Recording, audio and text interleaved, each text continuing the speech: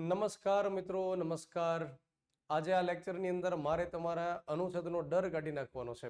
ઘણા વિદ્યાર્થીઓને લાગતું હોય કે સાહેબ બંધારણ એટલે શું થાય, અનુચ્છેદ થાય, અનુચ્છેદ એટલે બંધારણ થાય. પણ પરીક્ષાઓની અંદર અનુચ્છેદમાંથી સવાલ પૂછવામાં આવતા હોય છે, એ એટલા બધા સવાલો નથી હોતા. ત્યાર પછી એવા અળવિતરા અનુચ્છેદમાંથી સવાલો નથી હોતા. એટલે તમારી મહેનત મારે એકદમ હળવી ફૂલ કરાવી દેવાની છે. તો ઘણા બધા વિદ્યાર્થીઓનું જ્યારે વાંચતા જુઓ ને ત્યારે બંધારણની અંદર એ અનુચ્છેદ ઉપર વધારે ફોકસ કરીને ગોખવાનો પ્રયાસ કરતા હોય છે. અનુચ્છેદ યાદી રાખવા જોઈએ, પણ કેટલા અનુચ્છેદ યાદ રાખવા જોઈએ એની તમને જો સમજ મળેલી હોય તો તમારી મહેનત એકદમ હળવી થઈ જશે. મોટાભાગે પરીક્ષાઓમાં બંધારણ વિષયમાંથી સવાલ પૂછવામાં આવે એટલે કોન્સેપ્ટમાંથી સવાલ પૂછાય, અનુચ્છેદમાં રહેલા જે વાક્ય હોય એમાંથી સવાલ પૂછાય, અનુચ્છેદના ક્રમ તરીકે જે પૂછવામાં આવે એ બહુ ઓછા સવાલ હોય છે અને એ પણ ખૂબ જ જાણીતા સવાલ હોય. એટલે આજના સેશનની અંદર હું તમને ચેપ્ટર વાઇઝ અગત્યના અનુચ્છેદની એક યાદી આપીશ, એનું લિસ્ટ આપી દઈશ. અને એટલા અનુચ્છેદ તમે જો પાકા કરી દીધા હશે તો અનુચ્છેદમાંથી માની લો કે 10 સવાલ પૂછાય તો તમને 8 થી 9 સવાલ તો આવડી જ જાય આ પ્રકારની ખાતરી હશે. એટલે હું તમને હમણાં પ્રકરણ પ્રમાણે દરેક અનુચ્છેદનો ક્રમ આપી દેવાનો છું. અને આને તમારે શું કરવાનું, લખી દેવાના છે, નોંધ કરી દેવાની છે. અને ત્યાર પછી તમામ ચેપ્ટરના અનુચ્છેદ પૂર્ણ થઈ જાય એટલે મારે તમને અગાઉની પરીક્ષાઓની અંદર અનુચ્છેદમાંથી કેવા સવાલ પૂછાયેલા છે એના સ્ક્રીનશોટ સાથે તમને દેખાડવાનું છે. મતલબ કે પુરાવા સાથે હું તમારી સાથે વાત કરીશ કે અગાઉની પરીક્ષામાં અનુચ્છેદમાંથી જ માત્ર સવાલ પૂછવામાં આવ્યો હોય, બંધારણ વિષયમાંથી માત્ર અનુચ્છેદમાંથી એવા સવાલો કયા રહેલા છે. એટલે તમને ખ્યાલ આવશે કે હા, તમે જે મહેનત કરી રહ્યા છો એની અંદર અનુચ્છેદ આ રીતે જો આપણે કર્યા હોય તો તમને અહીંયા આગળ એકદમ હળવું ફૂલ લાગશે. તો આ અગત્યની માહિતી આપણે મેળવવાની છે એટલે છેકથી છેક સુધી વિડીયોમાં જોડાયેલા રહ્યો. અને આ વિડીયો આપણે શરૂ કરીએ એની પહેલા વિદ્યાર્થીઓને એક માહિતી આપણે આપી દઈએ. World in box academy Bhavnagar ખાતે એક આપણે કોન્સ્ટેબલની ફાસ્ટ ટ્રેક બેચ શરૂ કરીએ છીએ. અને આ જે ફાસ્ટ ટ્રેક બેચ છે એનો મતલબ એ થાય કે જેની અંદર જે અગત્યના 4 વિષયો રહેલા છે એનો સંપૂર્ણ રીતે અભ્યાસ કરવામાં આવશે. જેમ કે આ બંધારણ વિષય રહેલો છે જે હું પોતે જ આ બેચની અંદર ભણાવવાનો છું. ગણિત વિષય છે, રીઝનિંગ વિષય છે અને ગુજરાતી વિષય રહેલો છે. ગુજરાતીમાં આ વખતે ગદ્યાર્થની સાથે વ્યાકરણ કરવું પણ જરૂરી છે. તો 4 વિષય જે ખૂબ જ અગત્યના છે. બંધારણનું વેઇટેજ રહેલું છે 30 માર્ક્સનું, મેથ્સ અને રીઝનિંગ છે એનું વેઇટેજ 60 માર્ક્સનું, એટલે ટોટલ 90 માર્ક્સ, અને ગુજરાતી ગદ્યાર્થમાં એડ કરો તો બીજા 20 માર્ક્સ, એટલે 110 માર્ક્સની પ્રિપરેશન થાય. કેમ કે અત્યારે હાલમાં આપણી પાસે એવો ટાઈમ નથી કે લેખિત પરીક્ષાના તમામ વિષયો જેમ કે ઇતિહાસ, વિજ્ઞાન, વારસો વગેરેની તૈયારી આપણે કરાવડાવી શકીએ. તો જે વિદ્યાર્થીઓને આ પ્રકારની ફાસ્ટ ટ્રેક બેચની અંદર જોડાવાની ગણતરી હોય એમના માટે ડેમો લેક્ચરની પ્રક્રિયા શરૂ થાય છે 12 માર્ચ 2026ના દિવસે સવારે 7:30 વાગ્યાથી લઈ 10:30 વાગ્યા સુધી શૈક્ષણિક કાર્ય રહેશે. એટલે કે 3 કલાકની કામગીરી રહેશે. અડધી કલાકની ટેસ્ટ તમે એક્સ્ટ્રા ગણો તો તમારે માનસિક ગણતરી સાથે આવવાનું કે આપણે 3 થી 3.5 કલાક માટે ત્યાં આગળ જવાનું છે. તો સવારમાં એકદમ ફ્રેશ મૂડ હોય, 7:30 વાગ્યામાં ભણી લો, 10:30 સુધીમાં, 11 સુધીમાં તમે ફ્રી થઈ જાઓ. ત્યાર પછી આખા દિવસ દરમિયાન તમને અહીંથી જે કહેવામાં આવે એ મુજબ શેડ્યુલ મુજબ તમારી કામગીરી શરૂ થાય. આ 4 વિષય માટે તમને અહીંથી મટીરિયલ આપવામાં આવશે. પછી એક ફ્રી એપ્લિકેશન આપવામાં આવશે જેમાં તમામ વિષયોનો સમાવેશ કરવામાં આવેલો હોય છે. તો દોસ્તો, ફાસ્ટ ટ્રેક બેચની માહિતી તમે લાગતા વળગતા વિદ્યાર્થી સુધી આપી શકો.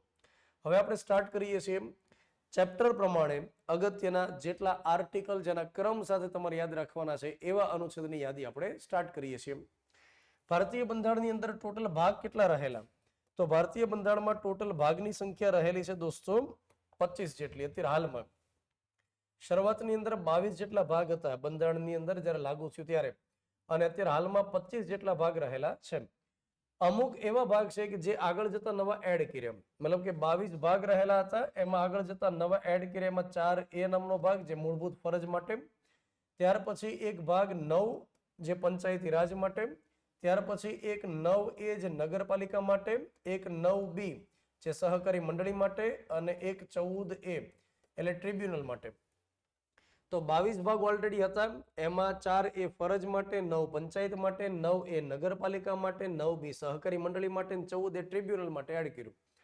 હવે તમે અહીં આગળ સરવાળો કરો તો 22 અને વત્તા આ 5 નવા ભાગ તો 27 થઈ જાય.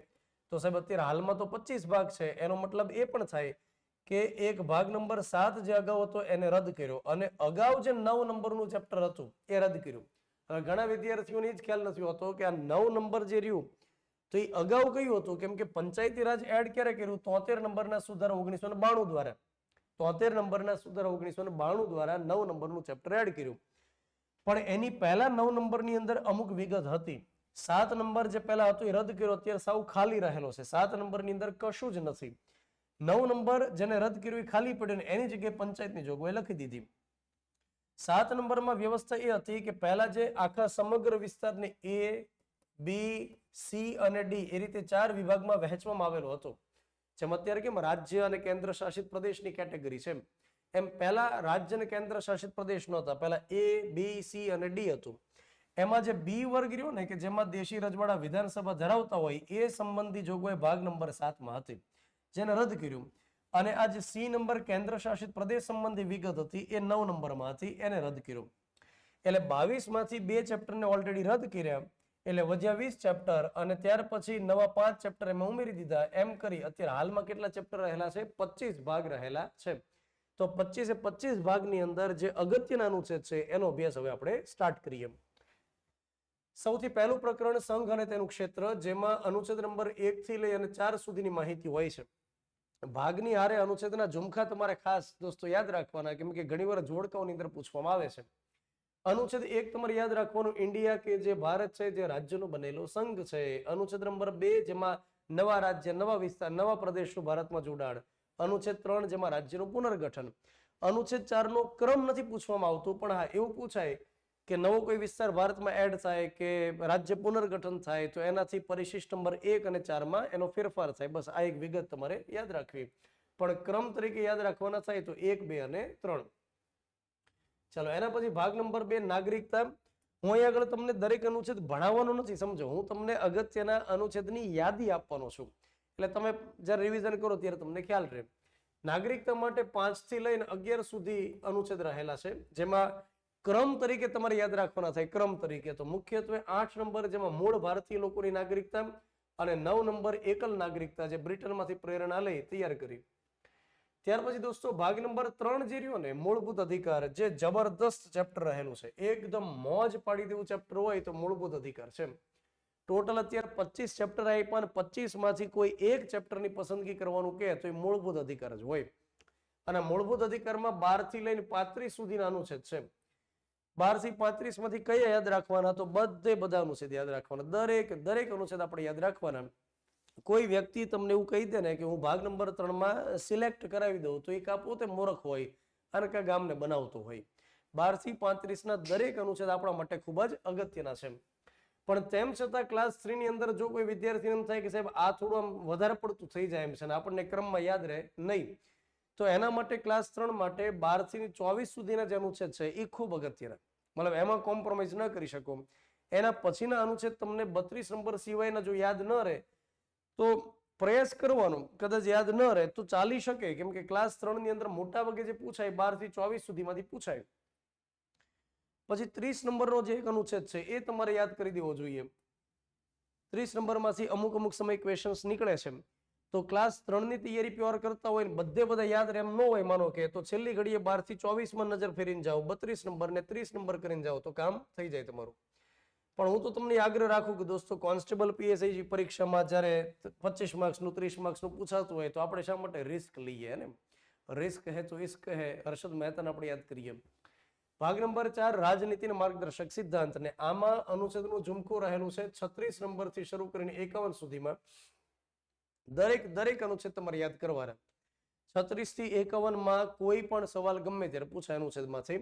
પણ તેમ છતાં તમારે જો ફ્રિકવન્ટલી વારંવાર પરીક્ષાની અંદર પૂછાતા હોય એવા અનુચ્છેદ જોતા હોય તો 36, 40, 43 બી, 44, 45, 46, 48, 48 એ, 50 અને 51 આટલા અનુચ્છેદ તમારે પ્યોર ગોખી મારો તો શક્યતા એવી છે કે આમાંથી સવાલો નીકળતા હોય.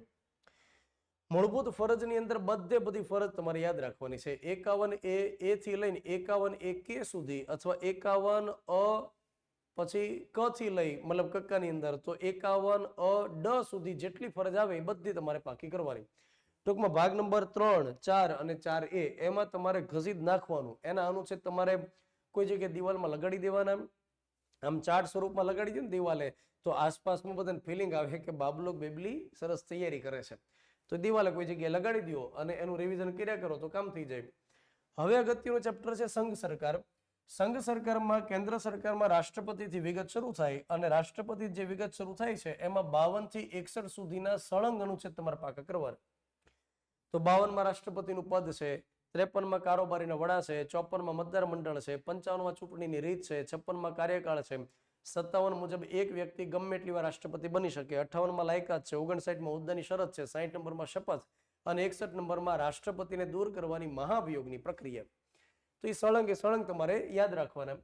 63 નંબરમાં ઉપરાષ્ટ્રપતિનું પદ, 64 નંબરમાં લખ્યું કે ઉપરાષ્ટ્રપતિ હોદ્દાની રોય રાજ્યસભાના સભાપતિ બને, 66 નંબરમાં ઉપરાષ્ટ્રપતિ બનવા માટેની લાયકાત ને એની ચૂંટણીની રીત ને વગેરે, 72 નંબરમાં રાષ્ટ્રપતિની માફી આપવાની સત્તા, 74 મુજબ રાષ્ટ્રપતિ વડાપ્રધાન મંત્રી પરિષદની સલાહ મુજબ કામ કરે અને 75 મુજબ રાષ્ટ્રપતિ વડાપ્રધાનની નિમણૂક કરે અને વડાપ્રધાનની ભલામણથી રાષ્ટ્રપતિ બીજા મંત્રીઓને શપથ લેવડાવે. 76 નંબરમાં એટર્ની જનરલ. તો આ જે અનુચ્છેદના ક્રમ હું આપું છું એ તમારે પદ્ધતિસર ક્રમ સાથે યાદ રાખવાના. એના પછી દોસ્તો અહીંયા આગળ લખે છે 79 નંબર જે સંસદની વ્યાખ્યા, 80 નંબરની અંદર વાત કરી છે રાજ્યસભા માટે, 81 નંબરમાં વાત કરી છે લોકસભા માટે, 89 અને 90 જેમાં સભાપતિ અને ઉપસભાપતિની વાત કરી છે, 93 નંબરમાં લોકસભાના અધ્યક્ષ અને ઉપાધ્યક્ષની વાત કરી છે, 99 નંબર જે રહ્યો અને 100 નંબર જે રહ્યો એની અંદર શેની વાત કરી. તો ખાસ પરીક્ષામાં આ ક્રમ સાથે નથી પૂછાતા પણ કદાચ આપણને ખ્યાલ હોય તો કામ લાગે. જેમ કે 100 નંબરમાં કોરમ સંખ્યા છે કે 10મા ભાગની બેઠક લોકસભા રાજ્યસભામાં હાજર હોય તો જ કામગીરી આગળ વધી શકે. માનો કે 2, 4, 5 કોઈ અલગ અલગ ખૂણે બેઠા હોય તો એમ કામગીરી થાય નહીં. 99 નંબરમાં સભ્યોના શપથ લેવાની વિગત આપવામાં આવેલી છે. જો કે અગેન આ 99, 100 નંબર વળી પાસે પરીક્ષામાં ક્રમ સાથે પૂછાતા હોય એવી ઘટના નથી, પણ તેમ છતાં કે કદાચ આપણે પાકા કરીએ તો 2, 4, 5 માટે આપણે બાકી શા માટે રાખવા, તો અગત્યના અનુચ્છેદમાં આપણે કાઉન્ટ કર્યા છે. એના પછી 101, 2 અને 3, ખાસ કરીને 101, 2, 3 માંથી સવાલ ક્યારેક ક્રમ સાથે પૂછે, બાકી એમાં રહેલી વિગત ઘણીવાર પૂછે.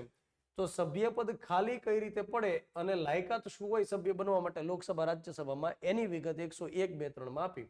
105 નંબરમાં સંસદીય વિશેષ અધિકાર. ત્યાર પછી 81 નંબરને આ વિગત તો આપણે આવી ગઈ ઓલરેડી. 81 નંબરમાં લોકસભા, 89, 90માં રાજ્યસભાના સભાપતિ ઉપસભાપતિ. 107 નંબર સામાન્ય બિલ, 110 નંબર નાણાં બિલ, 117 નાણાકીય બિલ, 368 બંધારણીય સુધારા. એના પછી આપણે આગળ વાત કરી 108 નંબર જેમાં સંયુક્ત બેઠક રાષ્ટ્રપતિ બોલાવી શકે એની વિગત છે. લોકસભા રાજ્યસભા માનો કે કોઈ બિલ પસાર કરાવવાની અંદર પેન્ડિંગ કરી દે, બિલને આગળ ન વધવા દે, તે રાષ્ટ્રપતિ 108 બોલાવે. 112 નંબરની અંદર વાર્ષિક નાણાકીય નિવેદન જેને આપણે બજેટ તરીકે ઓળખીએ, પણ બજેટ શબ્દનો ઉલ્લેખ ભારતીય બંધારણમાં નથી. 114 નંબરની અંદર વિનિયોગ વિધેયકની વાત છે, એપ્રોપ્રિએશન બિલ, કે જ્યારે સંચિત નિધિમાંથી ખર્ચ કરવા માટે સરકારે જે બિલ તૈયાર કરવું પડે એને આપણે 114 નંબર મુજબ મૂકી શકીએ વિગત છે. 116 નંબરની અંદર વોટ ઓન એકાઉન્ટ લેખાનુદાનની જોગવાઈ છે. 120 નંબર એ ક્રમ તરીકે એમ પૂછાતું નથી પણ આપણે રિસ્ક શા માટે લેવું દોસ્તો, તો 120 નંબરમાં સંસદની ભાષા.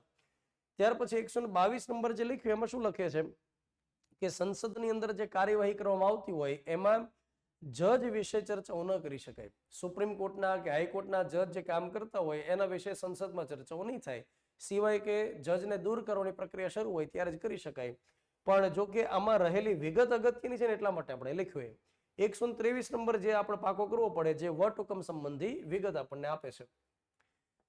ચલો એના પછી આપણે આગળ વાત કરીએ સુપ્રીમ કોર્ટ સંબંધી જોગવાઈ ભાગ નંબર 5 માં જ રહેલી છે. હવે સુપ્રીમ કોર્ટના કયા અનુચ્છેદ આપણે ક્રમ તરીકે યાદ રાખવા જોઈએ, તો 124 સુપ્રીમ કોર્ટ અંગેની જોગવાઈ, 129 જેમાં લખ્યું સુપ્રીમ કોર્ટની અવમાનના બદલ સજા થાય અને સુપ્રીમ કોર્ટ નઝીરી અદાલત કહેવાય.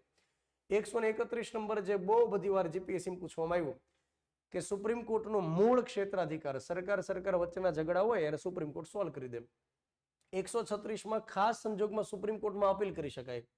137માં સુપ્રીમ કોર્ટની રિવ્યુ માટેની સત્તા, મતલબ કે સુપ્રીમ કોર્ટે અગાઉ ચુકાદો આપ્યો હોય એમાં ને એમાં પોતે ને પોતે સુધારા કરવા હોય તો કરી શકે, પુનઃ વિચારની સત્તા. 139 નંબર સુપ્રીમ કોર્ટના રીટ અધિકાર ક્ષેત્રની વાત કરે. જ્યારે રીટની વાત આવે ત્યારે 3 અનુચ્છેદ આપણને યાદ આવે દોસ્તો. રીટની વાત આવે ત્યારે 3 અનુચ્છેદ યાદ આવે. 132 નંબર જેમાં સુપ્રીમ કોર્ટની પાસે સત્તા છે કે અધિકારના ભંગ બદલ સુપ્રીમ કોર્ટમાં આપણે જઈ શકીએ. 226 નંબર જેમાં એમ લખે છે કે અધિકારનો ભંગ હોય તે અથવા કોઈ કાનૂની અધિકારનો ભંગ હોય, મૂળભૂત અધિકારનો ભંગ અથવા કોઈ કાનૂની અધિકારનો ભંગ, ત્યારે આપણે હાઈકોર્ટમાં જઈ શકીએ. અને 139 જે અત્યારે હાલમાં સુષુપ્ત અવસ્થામાં છે, હજી આમ જીવિત અવસ્થામાં નથી, એને પાણી છાંટીને હજી એને સજીવન કરવાની જરૂરિયાત છે. 139 નંબરમાં એવું લખ્યું છે કે મૂળભૂત અધિકાર સિવાયની બાબત અંગે જો સુપ્રીમ કોર્ટમાં આપણે રીટ અરજી કરવી હોય તો કરી શકીએ. પણ એના માટે સંસદ કાયદો બનાવીને સત્તા આપે તો થાય, પણ હજી સંસદે સત્તા આપી નથી. 143 નંબર જે ખૂબ અગત્યનો કે રાષ્ટ્રપતિને જ્યારે જ્યારે બંધારણીય ગૂંચવણ થાય, કાયદાકીય ગૂંચવણ થાય ત્યારે એ સલાહ માંગી શકે સુપ્રીમ કોર્ટ પાસે. કેગ માટે ઘણા વિદ્યાર્થીઓને એવું લાગે કે 148 નંબર જ છે કેગ માટે, પણ એવું નથી. કેગ માટે 148 થી લઈને 151 સુધી જોગવાઈ છે. પણ ક્લાસ 3 ની અંદર ખાસ કરીને શું પૂછે, 148 પૂછી નાખતા હોય. પણ 149 માં કેગની ફરજ છે. 150 ની અંદર એવું લખવામાં આવ્યું કે સરકારી હિસાબ કિતાબ કયા ફોર્મેટમાં રહે એ કેગ રાષ્ટ્રપતિને જણાવી શકે. અને 151 મુજબ કેગ જે આખા વર્ષનો રિપોર્ટ તૈયાર કરી કેન્દ્રનો રિપોર્ટ હોય તો રાષ્ટ્રપતિને, રાજ્યનો રિપોર્ટ હોય તો રાજ્યપાલને આપે આ અંગેની જોગવાઈ. ત્યાર પછી આપણે આગળ વાત કરીએ. એની પછી રાજ્ય સરકાર શરૂ થાય. 153 નંબર થી 161 નંબરની અંદર રાજ્યપાલ સંબંધી જોગવાઈ જે તમારે શબ્દ છપાકી કરી નાખવાની. આમાં નો કોમ્પ્રોમાઇઝ સમજો. હજી આની પહેલાની સ્લાઇડમાં આપણે કેગ માટે વાત કરીને તમે એમ કહો કે સાહેબ 149 ને 150 ને 151 સાહેબ ભૂલી જવાય તો હાલે, તો હું તરત કહું કે હા ઈ ચાલે ક્લાસ 3 માટે. પણ અહીં આગળ રાજ્યપાલમાં હું તમને એમ ના કહી શકું કે તમે ભૂલી જાઓ તો ચાલે. રાજ્યપાલની વાત જે 153 થી 161 સુધી છે સળંગ તમારે યાદ કરવાની. 153 માં રાજ્યપાલનું પદ, 154 માં રાજ્યપાલ કારોબારીનો વડા રહેશે, 155 માં રાજ્યપાલની નિમણૂક, 156 માં રાજ્યપાલનો કાર્યકાળ, 157 માં રાજ્યપાલની લાયકાત, 158 માં રાજ્યપાલની હોદ્દાની શરતો, 159 ની અંદર રાજ્યપાલના શપથ, 160 માં આકસ્મિક સંજોગમાં રાજ્યપાલની ભૂમિકા કોણ નિભાવે, અને 161 માં રાજ્યપાલની માફી આપવાની સત્તા. કેટલું સરળ રહેલું છે મિત્રો. મને તો એટલે સરળ લાગે કે મારે આ ધંધો કરવાનો છે. તમારા માટે ઘણા વિષયો હોય ને એટલા માટે એવું બને કે એકવાર યાદ કરો ને વળી પાછું ભૂલી જવાય, તો એના માટે રિવિઝન કર્યા કરવાનું. અગત્યના અનુચ્છેદના જે યાદી તમને આપી છે એટલા અનુચ્છેદ પહેલા સૌથી પહેલા પાકા કરો. એના પછી તમને અડપ ચડક બીજા કરો હોય તો કરાય, પણ પહેલા જે યાદી આપી એ સૌથી પહેલા કરો તો વધારે સારું. 163 અને 164 મુખ્યમંત્રી સાથે જોડાયેલી વિગત. 163 માં લખ્યું કે રાજ્યપાલને સલાહ આપવા માટે મુખ્યમંત્રી સહિતનું મંત્રી પરિષદ રહેશે. અને 164 માં લખવામાં આવ્યું કે રાજ્યપાલ મુખ્યમંત્રીની નિમણૂક કરે અને મુખ્યમંત્રી જે ભલામણ કરે એ મુજબ રાજ્યપાલ અન્ય મંત્રીઓની નિમણૂક કરે. 165 રાજ્યપાલ એડવોકેટ જનરલ માટેની વાત છે રાજ્યના. 168 નંબરમાં વિધાનમંડળની વ્યાખ્યા. 169 માં વિધાન પરિષદની રચના કે નાબૂદી કઈ રીતે થાય. 170 માં વિધાનસભા સંબંધી જોગવાઈ. 171 ની અંદર વિધાન પરિષદ સંબંધી જોગવાઈ. 178 ની અંદર વિધાનસભાના અધ્યક્ષની વાત.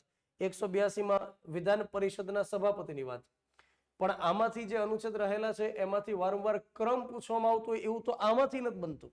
પણ તેમ છતાં આપણે આ બધા અનુચ્છેદને જો એકવાર સરસ પાકા કર્યા હોય તો આપણને પરીક્ષામાં કામ લાગી શકે.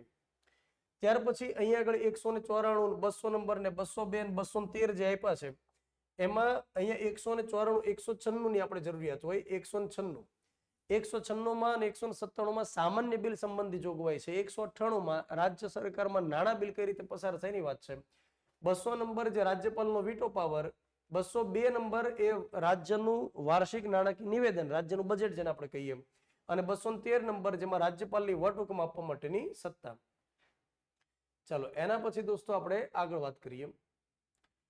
રાજ્ય સરકાર અંતર્ગત હાઈકોર્ટનો પણ સમાવેશ થાય. તમને જયારે પૂછાય કે સુપ્રીમ કોર્ટ તો ભાગ નંબર 5 આવે, સુપ્રીમ કોર્ટ તો ભાગ નંબર 5, અને તમને પૂછે કે હાઈકોર્ટ તો એના માટે ભાગ નંબર 6, તાબાની અદાલત માટે ભાગ નંબર 6 જ આવે. હવે હાઈકોર્ટમાં બહુ બધા અનુચ્છેદ ક્રમ સાથે યાદ નથી રાખવાના. 214 નંબર જેમાં લખે છે કે દરેક રાજ્યમાં એક હાઈકોર્ટ આવેલી હોય. 215 માં લખવામાં આવે છે કે હાઈકોર્ટ નજીરી અદાલત કહેવાય. પછી હાઈકોર્ટની અવમાનના બદલ સજા થાય એ બધી 215 માં જોગવાઈ. 226 નંબર મોસ્ટ આઈએમપી છે. મોસ્ટ એટલે મોસ્ટ આઈએમપી છે મિત્રો. 226 માં લખે છે કે હાઈકોર્ટનું રીટ અધિકાર ક્ષેત્ર. 233 નંબર જેમાં જિલ્લા અદાલત માટેની વાત છે, પણ કદાચ તમે ભૂલી જાઓ તો ચાલે. એના પછી 7 નંબરનો જે ભાગ છે આપણે વાત કરી ગયા હતા કે એને રદ કરવામાં આવ્યો જ્યારે રાજ્યનું પુનર્ગઠન કર્યું અને A, B, C, D ની જે વ્યવસ્થા હતી એને કાઢી ત્યારે ભાગ નંબર 7 ને દૂર કર્યો. પણ ભાગ નંબર 7 માં પ્રથમ અનુસૂચિના B વર્ગના રાજ્યનો સમાવેશ હતો. એટલે એમાં બ્રિટિશ પ્રાંત હતા, બીમાં દેશી રજવાડા વિથ વિધાનસભા. તો એ જે દેશી રજવાડા વિધાનસભા ધરાવતા હતા એની જે બાબત હતી એ દૂર કરી. ભાગ નંબર 8 ની અંદર સંઘ રાજ્ય ક્ષેત્ર, જેમાં 239 થી 241 સુધીની જોગવાઈ. હવે ભાગ નંબર 8 જે કેન્દ્ર શાસિત પ્રદેશ માટેનો છે એના અનુચ્છેદના ક્રમ તમે પાકા ન કરો તો ચાલે. 239 મુજબ જે લખવામાં આવે કે રાષ્ટ્રપતિ કેન્દ્ર શાસિત પ્રદેશનો વહીવટ સંભાળી શકશે. પછી દિલ્હી માટેની જોગવાઈ કરી, પછી પુડુચેરી માટેની જોગવાઈ કરી, પછી બાકીના જે કેન્દ્ર શાસિત પ્રદેશ માટે રાષ્ટ્રપતિ નિયમ બનાવી શકે, વિનિયમ કરી શકે. આ બધી જોગવાઈ જે રહેલી છે એમાં ક્રમ તમે પાકા ન કરો તો ચાલે. એટલે તમારું આ કામ તો મિત્રો હળવું થઈ ગયું. ભાગ નંબર 8 તમારે એકદમ કોરે સમજો, એમાંથી અનુચ્છેદ પાકા કરવાના નથી. ભાગ નંબર 9 ની અંદર જે પંચાયતની વિગત છે એમાં 243 થી લઈ 243 ઓ સુધીના જેટલા અનુચ્છેદ રહેલા છે ને એ તમારે સરસ રીતે પાકા કરવાના. સરસ એટલે મિત્રો એકદમ સરસ રીતે. જેમ મેં તમને કેમ કીધું, ભાગ નંબર 3, ભાગ નંબર 4, મૂળભૂત ફરજ, રાષ્ટ્રપતિના સળંગ અનુચ્છેદ, રાજ્યપાલના સળંગ અનુચ્છેદ, એની જેમ જ અહીંયા હું તમને આગ્રહ રાખું કે 243 થી 243 ઓ સુધી કડાટ તમને આવડવું જોઈએ. એના વગર નહીં ચાલે દોસ્તો. કેમ કે પંચાયતમાંથી સવાલ પૂછાય ને, પંચાયતમાંથી તો બે જ મુદ્દા છે જેમાં સવાલ પૂછાય. એક અનુચ્છેદ અને બીજું ગ્રામ પંચાયત અને પંચાયતી રાજનો વિકાસ આઝાદી પછી કેમ થયો. આ 3 એવી બાબત છે જેમાંથી સવાલ હંમેશા નીકળે. મુખ્ય 2 બાબત, અનુચ્છેદ અને ગ્રામ પંચાયત. એના પછી 9 એ નગરપાલિકા. હવે નગરપાલિકાની અંદર બધા જ અનુચ્છેદ આપણા માટે કામના નથી. નગરપાલિકામાંથી ક્યારે સવાલ પૂછાય? જ્યારે ચીફ ઓફિસરની પરીક્ષા હોય ત્યારે. પણ એક જિલ્લા આયોજન સમિતિ માટે 243 ZD નો જે અનુચ્છેદ છે એ જીપીએસસી માં પૂછવામાં આવે છે, ક્લાસ 3 માં પૂછવામાં નથી આવ્યો. એટલે તમે જો આ ભાગ એ તમારા માટે કોરો, મતલબ કે આ ચેપ્ટરમાંથી તમે પાકા ન કરવાનું છે તો તમને કોઈ નુકસાન થાય એમ નથી. એટલે બેઠા બેઠા આ ચેપ્ટરમાંથી અનુચ્છેદ પાકા કરવા માટે એનર્જી આપણે નહીં બાળવાની. સહકારી મંડળી માટે 9B અને એના માટે અનુચ્છેદ 243 ZH થી લઈને ZT. હવે આમાંથી તમે પાકું ન કરો દોસ્તો તો ચાલે. મતલબ કે આમાં અનુચ્છેદ બેઠા ક્રમ સાથે પૂછાતા નથી. સહકારી મંડળીમાંથી કોઈ પરીક્ષા હોય તો એમાંથી અનુચ્છેદ હંમેશા પરીક્ષામાં પૂછાય. ભાગ નંબર 10 અનુસૂચિત વિસ્તારનો વહીવટ. એમાં 2 જ અનુચ્છેદ છે પણ ક્લાસ 3 માં પૂછવામાં આવતા નથી. 244 અને 244A. પહેલા 244 જ હતો પણ આસામ માટે અલગથી જોગવાઈ કરવા માટે 244A એડ કર્યો. એટલે 244 કે 244A તમારે પાકા કરવાનો નથી, મતલબ કે ક્લાસ 3 માટે જરૂરી નથી. હવે જે 11, 12 અને 13 રહ્યા ને, 11, 12 અને 13 કેન્દ્ર અને રાજ્યના સંબંધ, એમાં ખાસ કરીને જીપીએસસી ની પરીક્ષા હોય તો સવાલ નીકળે છે. આપણી ક્લાસ 3 ની પરીક્ષામાં સવાલ આમાંથી અનુચ્છેદના નીકળતા નથી. પણ તેમ છતાં 246 નંબર જેમાં લખવામાં આવે છે કે પરિશિષ્ટ નંબર 7 ની અંદર યાદી આપવામાં આવેલી છે એ મુજબ કાયદા બનાવવાની સત્તા રહેશે. તો પરિશિષ્ટ નંબર 7 અનુસૂચિ 7 જેમાં એક કેન્દ્ર યાદી, એક રાજ્ય યાદી અને એક રહેલી છે સમવર્તી યાદી. કેન્દ્ર યાદીના વિષય ઉપર સંસદ કાયદો બનાવે, રાજ્ય યાદીના વિષય ઉપર વિધાનમંડળ કાયદો બનાવે, સમવર્તી ઉપર 2 માંથી કોઈ પણ બનાવે. તો 246 માં અંગેની જોગવાઈ. 262 નંબરમાં લખવામાં આવે છે કે આંતરરાજ્ય જળ વિવાદ હોય તો એના માટે સંસદ કાયદો બનાવી ટ્રિબ્યુનલની રચના કરી શકે. 263 નંબરમાં આંતરરાજ્ય પરિષદની વાત છે કે તમામ રાજ્યના મુખ્યમંત્રીને ભેગા કરીને વડાપ્રધાનની મીટિંગ લેવી હોય તો આંતરરાજ્ય પરિષદની મીટિંગ. હવે જો જ્યારથી જીએસટી લઈને આવ્યા, હે ને, જીએસટી જ્યારથી લઈને આવ્યા 101 નંબરનો બંધારણીય સુધારો કર્યો, ત્યાર પછી 246A નામનો એક અનુચ્છેદ મૂક્યો. આ જીપીએસસી ની પરીક્ષામાં કામ લાગે. 246A માં લખવામાં આવે છે કે કર અને મતલબ માલ સામાન હોય કે સેવા હોય એની પર કર નાખવા માટેની સત્તા કોની પાસે રહેશે? તો કેન્દ્ર સરકાર, રાજ્ય સરકાર એના માટે કાયદાઓ બનાવી શકે. તો 246 સ્પેશિયલી વસ્તુ ઉપર અથવા સેવાની ઉપર ટેક્સ સંબંધી કાયદા બનાવવાની વાત કરે છે. ત્યાર પછી 250 નંબર જે રહ્યો એ ક્યારેક ક્યારેક જીપીએસસી ની પરીક્ષામાં પૂછાય. 250 નંબરમાં એવું લખવામાં આવે કે જ્યારે યુદ્ધ હોય, આક્રમણ હોય એ સમય દરમિયાન સંસદને એવો પાવર મળે કે એ રાજ્ય યાદી ઉપર કાયદો બનાવી શકે. એક 252 નંબરનો સવાલ ક્યારેક ક્યારેક પૂછાય છે જેમાં લખવામાં આવે છે કે રાજ્ય સરકારો જ્યારે ભેગી મળે એક કરતા વધારે અને કેન્દ્ર સરકારને વિનંતી કરે કે અમારા માટે એક સંયુક્ત રીતે કાયદો બનાવી દો, તો સંસદને અભિમાન નહીં મિત્રો કાયદો બનાવી દે. તો આ ક્યારેક ક્યારેક પૂછાય. આ કદાચ તમે ન પાકું કરો ને મિત્રો તો ભારે માયલું નુકસાન નથી આમાં. એટલે આ બધા અનુચ્છેદની અંદર તમારે એનર્જી ન બાળો તો વધારે સારું. અહીંયા આગળ જે 276 નંબર લખવામાં આવે છે 276 નંબરની અંદર શું વિગત રહેલી છે? 276 નંબરમાં લખે છે પ્રોફેશનલ ટેક્સ, વ્યાવસાયિક વેરો એ સંબંધી જોગવાઈ છે. વ્યાવસાયિક વેરો એટલે મ્યુનિસિપાલિટી પંચાયત જે ઉઘરાવે, કોઈ ડોક્ટરની પ્રેક્ટિસ કરે ને સીએની પ્રેક્ટિસ કરે ને કોઈ વકીલની પ્રેક્ટિસ કરે ને કોઈ લેક્ચરર હોય ફેકલ્ટી હોય, તો મ્યુનિસિપાલિટીમાં દર મહિને જે 200 રૂપિયા અને 500 રૂપિયા જે ટેક્સ ભરવાનો થાય વ્યાવસાયિક વેરો. ત્યાર પછી ચોખ્ખી કર આવક કોને કહેવાય? એના માટે 279 ની વાત કરીએ કે જ્યારે સરકાર ટેક્સની રકમ આપણી પાસેથી ઉઘરાવે તો એની માટે ખર્ચ તો કરવો પડે, તો એ ખર્ચની રકમ બાદ કર્યા પછી જે વધી ચોખ્ખી કરની આવક. 280 નંબર મોસ્ટ એટલે મોસ્ટ આઈએમપી મિત્રો, મોસ્ટ એટલે મોસ્ટ. 276 નંબર ભૂલી જાવ ને મિત્રો તોય હાલે ને 279 ભૂલી જાવ તોય હાલે, પણ 280 ભૂલાવો ન જોઈએ. કેન્દ્રીય નાણાં આયોગ. કેન્દ્રીય નાણાં આયોગ અત્યારે હાલમાં કેટલામું નાણાં આયોગ કાર્યરત છે અને કોની અધ્યક્ષતામાં છે મને જરા કોમેન્ટમાં તમે જણાવી દેજો. 300A જેમાં લખવામાં આવ્યું કે મિલકતનો અધિકાર કાનૂની અધિકાર ગણાશે. ચાલો એના પછી આપણે વાત કરીએ છીએ સંઘ અને રાજ્યો હેઠળની સેવા, ભાગ નંબર 14, જેમાં 312 નંબર ખૂબ જ આઈએમપી એટલે મિત્રો ખૂબ જ આઈએમપી, ખૂબ જ આઈએમપી એટલે ખૂબ જ આઈએમપી, જેમાં લખવામાં આવે છે અખિલ ભારતીય સેવાઓ, all India service, IAS, IPS અને આઈએફએસ. તો રાજ્યસભા બહુમતી સાથે ઠરાવ પસાર કરાવી નવી અખિલ ભારતીય સેવા ઊભી કરી શકે, આ અંગેની જોગવાઈ 312માં. 315માં લખવામાં આવે છે કે એક સંઘ જાહેર સેવા આયોગ રહેશે અને દરેક રાજ્યમાં રાજ્ય જાહેર સેવા આયોગ રહેશે. તો યુપીએસસી માટેની વાત, આપણા જીપીએસસી માટેની વાત 315માં કરી. 320 નંબરમાં આ જાહેર સેવા આયોગના કાર્ય શું હોય એના વિશેની વાત કરેલી છે. ત્યાર પછી 14A ટ્રિબ્યુનલ. પણ દોસ્તો હું તમને એમ સમજાવું કે ટ્રિબ્યુનલનો મુદ્દો ક્લાસ 3માં પૂછાતો નથી, પણ તેમ છતાં માત્ર 2 જ અનુચ્છેદ છે પાકા કરવો હોય તો કરી શકાય. પણ આ એટલો બધો આઈએમપી મુદ્દો હું નહીં કહું એટલે ફૂદડી હું માત્ર એક જ આપીશ આને. 323A માં વહીવટી ટ્રિબ્યુનલની વાત છે, 323B માં વહીવટી ટ્રિબ્યુનલ સિવાયની કોઈ બાબત હોય એના માટેની ટ્રિબ્યુનલ. 315માં ચૂંટણી સંબંધી જોગવાઈ છે, તો આમાં તમારે 4 અનુચ્છેદ પાકા કરવાના. આમ તો 324 થી લઈને 329 સુધી જોગવાઈ છે, પણ 327, 28 પાકા ન થાય તો ચાલે. આમાં ચૂંટણી પંચની વાત કરી. આમાં એમ લખે છે કે લિંગ, જાતિ, જ્ઞાતિ, ધર્મ, વંશ કોઈ પણ બાબતના આધારે ભેદભાવ વિના બધા જ વ્યક્તિને મતાધિકાર મળશે. 326માં પુખ્ત વય મતાધિકાર. 329માં લખ્યું કે ચૂંટણી સંબંધી બાબતમાં કોર્ટ દરમિયાનગીરી નહીં કરે. આ વાત કરી ચૂંટણી પંચમાં. હવે આજે ભાગ નંબર 16 જે રહ્યો ને, ભાગ નંબર 16, આમાંથી ઘણા અનુચ્છેદ એવા છે જે આપણને પૂછાઈ શકે. તો મેં ઘણા બધા અનુચ્છેદ લખ્યા છે.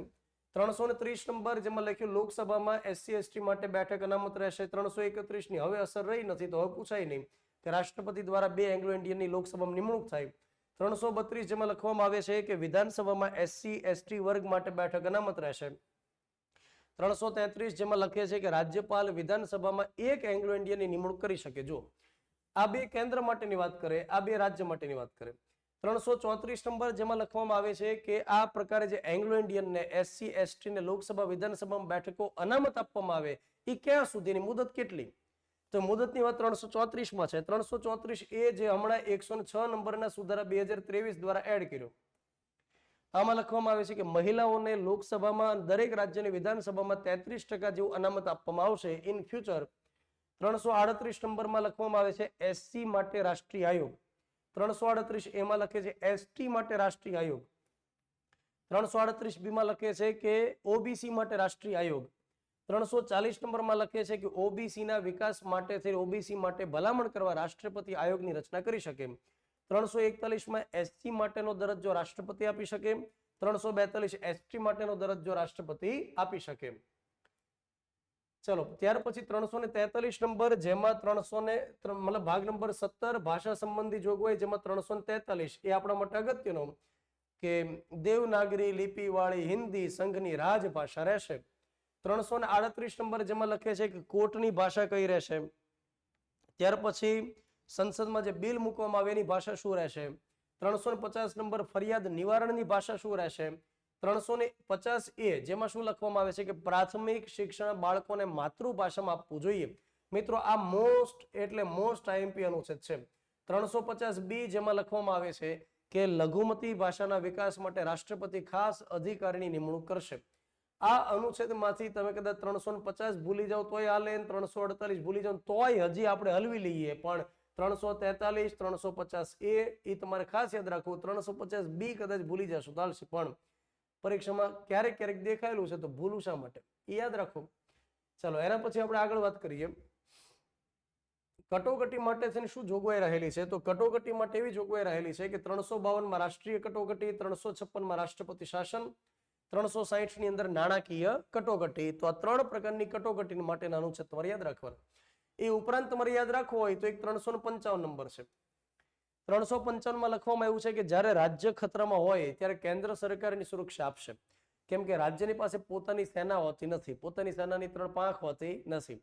તો રાજ્યની ઉપર કોઈ માનો કે આક્રમણ થયું, સરહદી રાજ્ય હોય, કેન્દ્ર સરકારની જેવી ખબર પડે એટલે તરત પોતાના સૈન્ય ત્યાં આગળ મોકલી દેવાના. એટલે 355 એક યાદ રાખો. 358 ને 359 જે રહ્યું ને દોસ્તો, એના માટેની વાત કરે છે કે જ્યારે યુદ્ધ હોય, આક્રમણ હોય, સમય મૂળભૂત અધિકારને સ્થગિત કરી શકાય રાષ્ટ્રપતિના આદેશ દ્વારા. તો આ અનુચ્છેદ એવા છે કે જે જીપીએસસીમાં પૂછવામાં આવતા હોય. ક્લાસ 3માં 3 અનુચ્છેદ યાદ રાખો તો કામ થઈ જાય. એના પછી અહીં લખે છે પ્રકીર્ણ, ભાગ નંબર 19, જેનું નામ છે પ્રકીર્ણ. પ્રકીર્ણનો મતલબ થાય મિસકેલેનિયસ, એટલે કે વધારાની કેટલીક અમુક જોગવાઈ જેને કોઈ ચેપ્ટરમાં ફિટ ન કરી શકે એને પ્રકીર્ણ કહેવાય. 361 નંબર, જેમાં રાષ્ટ્રપતિ, રાજ્યપાલ, પછી વિદેશી વડા, પછી વિદેશી રાજદૂત, પછી યુનોના પદાધિકારી, એમને જે પરમ અધિકાર આપેલા છે એની વાત છે. 365 નંબર, જેમાં લખવામાં આવે છે કે જ્યારે કેન્દ્ર સરકારના નિર્દેશનું પાલન રાજ્ય સરકાર ન કરે ત્યારે રાષ્ટ્રપતિ શાસન લગાડી શકે. ચાલો ત્યાર પછી આપણે આગળ વાત કરીએ. 20 નંબર, જેમાં એક માત્ર અનુચ્છેદ રહેલો છે. તમને જો સવાલ પૂછાય તો યાદ રાખો કે એક માત્ર ચેપ્ટર જેમાં માત્ર એક જ અનુચ્છેદ છે અને એ ચેપ્ટર નંબર 20 છે, સંવિધાનમાં સુધારો કરવા સંબંધી વિગત, જેમાં 368 નંબર, ભારતીય બંધારણમાં ફેરફાર કરવાની જોગવાઈ. ચાલો એના પછી આપણે વાત કરીએ પ્રકરણ નંબર 21 માટે. તો 21 નું હેડિંગ રહેલું છે કે કામ ચલાવ, વચગાળાની અને ખાસ જોગવાઈ. એમાં 370 નંબર મિત્રો. આ હવે તો નીકળી ગઈ એટલે હવે પરીક્ષામાં સવાલ બને નહીં. પણ જમ્મુ કાશ્મીરને ખાસ રાજ્યનો દરજ્જો આપતી કલમ હતી 371, જેમાં અલગ અલગ રાજ્ય માટે ખાસ જોગવાઈ કરવામાં આવી. અલગ અલગ રાજ્ય એટલે નાગાલેન્ડ છે, પછી મહારાષ્ટ્ર છે, પછી ગુજરાત છે, પછી એમાં મણિપુર છે, સિક્કિમ છે, ને આ પ્રકારના અલગ અલગ રાજ્ય માટે ખાસ જોગવાઈ કરી. પણ આ કદાચ તમે યાદ નહીં રાખો તો ચાલશે, એટલે હું તમને બેમાં ચોકડી મરાઈ દઉં.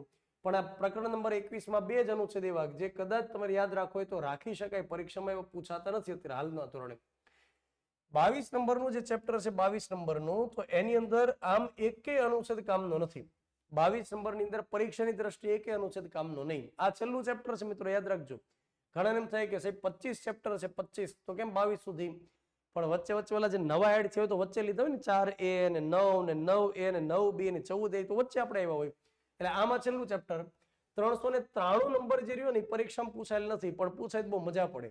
કેમ કે 393 નંબરમાં એમ લખ્યું કે આ સંવિધાન એ ભારતનું સંવિધાન કહેવાશે. આ સંવિધાન, આ બંધારણ ભારતનું બંધારણ કહેવાય. તો ભારતનું બંધારણ વિશેની વાત કઈ જગ્યાએ કરી? 393 નંબરમાં કરી. તો આ 22 ભાગની અંદર જે ખૂબ અગત્યના અનુચ્છેદ જે પરીક્ષામાં ક્રમ સાથે પૂછાય એની વાત કરી મિત્રો. તો તમારે હવે શું કરવાનું કે આટલા અનુચ્છેદને પાકા કરી દેવાના, અને પછી તમને એમ થાય કે ના હજી મારે પાકા કરવા છે, ભવિષ્યની અંદર ફેકલ્ટી બનવું છે, તો કરો બાકીના અનુચ્છેદ પાકા, પણ પહેલા આટલા તો કરી જ નાખજો. હવે હું તમને ઝડપથી એક પુરાવો આપું કે અત્યાર સુધીની પરીક્ષામાં જે પૂછવામાં આવ્યા એ અનુચ્છેદ કયા કયા છે. બે રીતે સવાલ પૂછાય, કાં તો અનુચ્છેદનો ક્રમ પૂછાય, કાં તો અનુચ્છેદમાં રહેલી વિગત પૂછાય. તો અનુચ્છેદના ક્રમ સાથે પૂછાયેલા છેલ્લા કેટલાક સમયથી 1.5 વર્ષની પરીક્ષા આપણે એનાલિસિસમાં લીધી છે. 1.5 વર્ષની. ભારતના બંધારણનો કયો અનુચ્છેદ અમુક કેસમાં ધરપકડ, અટકાયત સંબંધી રક્ષણ આપે? 22 નંબર. એકદમ જૂનો જાણીતો ને કોઈ પણ વ્યક્તિને આવડે એવો સવાલ. ચાલો એના પછી ભારતના બંધારણના નીચેનામાંથી કયા અનુચ્છેદ હેઠળ સંસદને રાજ્યસભાના ઠરાવના આધારે નવી અખિલ ભારતીય સેવા સ્થાપિત કરવા માટે મળે? 312 નંબર. જાહેર નોકરીની બાબતમાં તકની સમાનતા મિત્રો, અનુચ્છેદ નંબર 16. બંધારણના કયા અનુચ્છેદ દ્વારા કોઈ વ્યક્તિને એવા કરથી મુક્તિ આપવામાં આવે જેની કમાણી કોઈ વિશેષ ધર્મ કે સંપ્રદાયના વિકાસ હેતુ કરવામાં આવે? તો અનુચ્છેદ નંબર 27. કર સંબંધી રક્ષણનો અધિકાર. સંપત્તિનો મૂળ અધિકાર કયા અનુચ્છેદમાં પૂરો પાડવામાં આવેલો?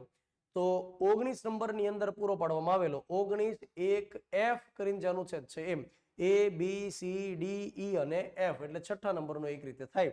ક ખ ગ ઘ ચ અને છ, ચ અને છ, ચ અને છ. તો એ રીતે અહીંયા લખેલું નથી. ક ખ ગ ઘ ચ અને છ. તો એ અનુચ્છેદની અંદર વિકલ્પની અંદર ભૂલ આમાં માલુમ પડે છે. એના પછી ભારતના બંધારણના કયા અનુચ્છેદમાં રાજનીતિના માર્ગદર્શક સિદ્ધાંતો આપવામાં આવ્યા 36 થી લઈને 51.